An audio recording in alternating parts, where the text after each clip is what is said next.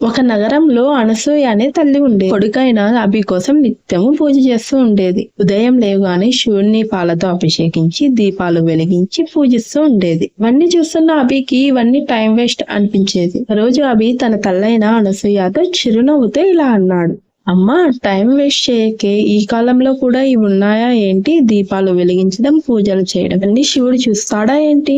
అభి మాటలు అనసూయని కలిచివేశాయి. ఇప్పుడు అనసూయ చిరునవ్వుతో ఇలా చెప్పింది. దేవునికి పూజ అంటే మనసుకు శాంతిని, ధైర్యాన్ని ఇస్తుంది. చూడభి, దేవునికి మనం ఇవ్వలేని టైం ఆయన మనకిస్తాడా ఏంటి అంది. ఆ రోజు ఆ విషయం అలా ముగిసింది. రోజు రాత్రి అభికి పరమేశ్వరుడు ప్రత్యక్షమయ్యాడు. పరమేశ్వరుడు ఇలా పలికాడు. అభి, నన్ను పూజించడానికి నీ దగ్గర టైం లేదంటున్నావు కదా, అయితే నీ సమస్యలకు నేను సమయం ఎందుకు ఇవ్వాలి? నన్ను వద్దనుకున్నవాడు శాశ్వతమైన శాంతిని ఎలా పొందగలడు అన్నాడు.